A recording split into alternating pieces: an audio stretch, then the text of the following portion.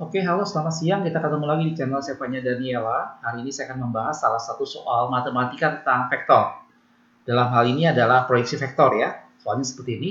Diketahui vektor P itu sama dengan 3i plus 2j plus AK. Jadi ini komponen vektor yang K ini masih belum tahu nilainya. Masih dalam A. Dia bilang, dan vektor Q itu adalah 6i min 2j plus 3k. Jadi vektor yang Q udah lengkap. Oke. Di soalnya dibilang jika panjang proyeksi P pada vektor Q itu adalah 2, maka nilai A sama dengan berapa? Jadi tugas kita mencari nilai A. Tadi saya sudah bilang, nilai A ini adalah komponen ketiga komponen K dari vektor P. Panjang proyeksinya kita udah tahu, yaitu nilainya adalah 2. Ini diproyeksikan dari vektor P, diproyeksikan ke vektor Q. Oke, tapi sebelum saya bahas soal ini, saya ingin jelaskan dulu buat kamu yang baru pertama kali mampir di channel Sevanya Daniela. Channel ini menyediakan pembahasan soal dan penjelasan materi untuk matematika, fisika, kimia, dan biologi. Gitu ya, udah ada lebih dari 1.100 video yang kita upload. Jadi kalau kamu belum subscribe, silahkan subscribe dulu channel ini dan nyalakan loncengnya, karena setiap hari kita upload video baru. Jadi kalau kamu nyalakan loncengnya, kamu mendapat informasi setiap kali ada video baru yang kita upload. Gitu ya. Oke, jangan kemana-mana, tonton video ini sampai selesai, nanti kita lihat pembahasan untuk proyeksi vektor ini.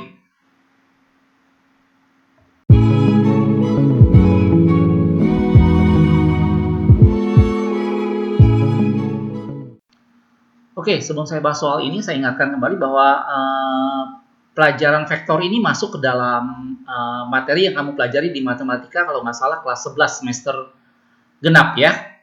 Oke, kita akan terus dulu nih vektor P. Ini ada vektor P, dibilang adalah 3i plus 2k, 2j sorry, ditambah dengan AK. Yang kita mau cari nanti A ini ya. Dan vektor Q ini sama dengan 6i min 2j plus 3k. Jadi vektor Q-nya udah lengkap. Oke. Vektor P-nya masih belum lengkap, pasti ada A di sana. Oke, A ini yang kita mau cari.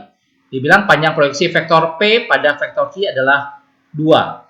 Nah, kalau kita bicara masalah panjang proyeksi vektor itu ada dua macam. Yang pertama adalah proyeksi vektor secara skalar. Kalau proyeksi vektor secara skalar, berarti dia hasilnya berupa sebuah nilai. Kalau dia P diproyeksikan terhadap Q, maka perhitungan secara skalarnya adalah P dot Q per, karena dia pada Q, berarti per besar vektor Q. Gitu ya. Ini kalau perhitungan secara skalarnya. Gitu. Yang kedua adalah secara ortogonal atau secara vektor. Ini yang proyeksi secara ortogonal. Hasilnya ini berupa vektor. Gitu ya. Jadi kalau pada P diproyeksikan terhadap Q secara ortogonal, ini proyeksinya adalah P dot Q per besar vektor Q yang dituju ya, dikuadratkan dikali dengan vektor Q itu sendiri. Gitu ya. Jadi ini bedanya cuma sedikit aja. Kalau pada skalar berarti dibagi dengan besar vektor Q. Selesai sampai sana. Tapi kalau ortogonal, dia dibagi dengan besar vektor Q dikuadratkan dikali dengan vektor Q itu sendiri. Ya, bedanya skalar sama ortogonal adalah kalau skalar hasilnya berupa sebuah nilai. Kalau ortogonal, hasil proyeksi itu berupa vektor lagi dalam IJK lagi ya. Nah, sekarang kalau kita lihat dalam soal ini, dibilang panjang proyeksinya adalah 2. Oh, berarti ini secara skalar. Gitu ya, berarti ini adalah secara skalar. Berarti kita pakai yang perumusan yang ini. Jangan lupa yang per di bawah ini tergantung proyeksi mana terhadap mana ya. Kalau P terhadap Q berarti Q yang di bawah. Kalau Q terhadap P maka P yang di bawah. Gitu ya. Jadi yang di bawah sini adalah vektor di mana proyeksi itu dituju. Oke ya. Jadi saya ngambil contoh yang sama, nih P pada Q berarti bawahnya per Q. Gitu ya. Kita semua setuju bahwa ini adalah bentuk skalar karena hasilnya merupakan sebuah nilai 2, bukan merupakan sebuah vektor. Sekali lagi saya ingatkan, kalau nilainya berupa vektor, maka proyeksinya dikerjakan secara ortogonal. Oke ya. Jadi kita akan kerjakan dengan cara ini. P dot Q per besar Q kuadrat. Kita akan hitung satu-satu dulu. Kita cari P dot Q dulu. Nah ini saya yakin harusnya kalau kamu belajar vektor, kamu tahu pada perkalian vektor ada dua. Perkalian cross atau pakai tanda kali, dan perkalian dot atau pakai tanda titik. Kalau perkalian cross, saya tulis di sini deh. Kalau dipakai tanda begini, ini namanya cross product, perkalian secara cross. Ya, kalau pakai tanda titik begini, ini namanya perkalian secara dot product. Bedanya apa? Kalau pada cross, di sini hasilnya berupa vektor. Nah, itu gitu-gitu lagi ya. Kalau pada dot, hasilnya berupa sebuah nilai atau skalar. Ya. Kebetulan di sini adalah P dot Q. Untuk menghitung perkalian vektor secara dot mudah. Tinggal I kali I, J kali J, K kali K. Hasilnya dijumlahin. Gitu ya. Oke, ini tinggal kita kalikan ya. Ini I dengan I, jadi ini 18 gitu. 18. Terus ini 2 dikali min 2 jadi min 4. Terus ini A dikali dengan plus 3 jadi plus 3A. Pengerjaan perkalian vektor secara dot ini sangat mudah karena tinggal I kali I, J kali J, K kali K. Ini tentunya berbeda untuk perkalian secara cross ya. Kalau pakai cross nanti berlaku yang I gini, J, K, nanti ada tanda panah begini ya. Kalau kamu ada yang bingung masih perkalian cross product untuk vektor, lihat video-video kita yang lain. Kita udah buat beberapa video tentang vektor. Di sana juga ada penjelasan mengenai perkalian vektor secara cross. Jadi kalau cross hasilnya berupa vektor, kita kenal istilah IJK begini. Gitu ya. Kalau pada dot mudah. Tinggal I kali I, J kali J, K kali K. Nah, ini dapat hasil secara dot product. Kita tinggal bereskan. Ini adalah 14 plus 3A. Ini hasil dotnya.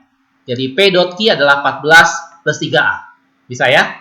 Oke. Terus di bawahnya kita butuhkan besar vektor Q. Oke, ini saya yakin juga kalau kamu pertama kali dari awal belajar vektor, pasti pertama kali adalah mencari besar vektor.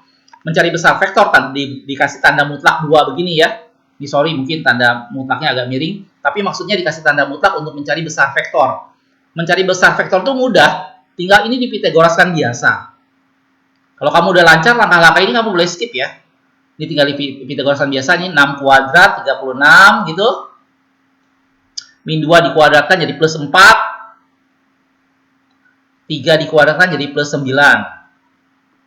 Ini jadi 40, 49. Akar 49, 7. Oke, itu mencari besar vektor Q. Jadi besar vektor Q kita bisa kerjakan dengan memitagoras biasa bentuknya. Oke, dari sana kita udah dapatkan. Sekarang tinggal kita hitung proyeksi vektor P pada Q itu adalah P dot Q 14 plus 3A per besar vektor Q yaitu 7. Dia bilang proyeksinya besarnya adalah, di soal dibilang 2. Bisa ya? Ini adalah proyeksinya, nilainya adalah 2. Kalau kita kerjakan ini mudah sekali. Ini tinggal 14 plus 3A gitu ya. Terus 7-nya pindah ke sini jadi kali, jadi 14 juga. Oh, ternyata hasilnya bagus sekali ini. Kalau kita lanjutkan, 3A sama dengan 14 dikurang 14, 0. Gitu ya, berarti A-nya sama dengan 0. Jadi di soalnya kalau ditanya berapakah nilai A, jawabannya C, yaitu 0. Oke, jadi relatif materi vektor ini tidak terlalu sulit. Yang penting kamu ingat pada vektor ada perkalian vektor yaitu cross dan dot product. Oke, dan apabila kita bicara soal proyeksi vektor, kamu harus tahu ada vektor diproyeksikan secara skalar dan ada proyeksi vektor secara ortogonal. Oke, setelah itu tinggal kita hitung biasa, didapat jawabannya adalah A sama dengan 0. Oke, mudah-mudahan video yang sederhana ini membuat kamu menjadi lebih mengerti mengenai vektor. Tapi kalau ada masalah yang kamu tanyakan, kamu boleh tulis di kolom komentar di bawah ini ya. Jangan lupa juga sekali lagi saya ingatkan, buat yang belum subscribe, silahkan kamu subscribe. Gitu ya. Jangan lupa juga share ke teman-temanmu selagi kalian belajar di rumah seperti ini. Ini kesempatan untuk belajar melalui channel kita. Ya, sekali lagi udah lebih dari 1.100 video yang kita buat dari pelajaran matematika, fisika, kimia, dan biologi. Oke, makasih sudah menonton. Kita ketemu lagi di video selanjutnya.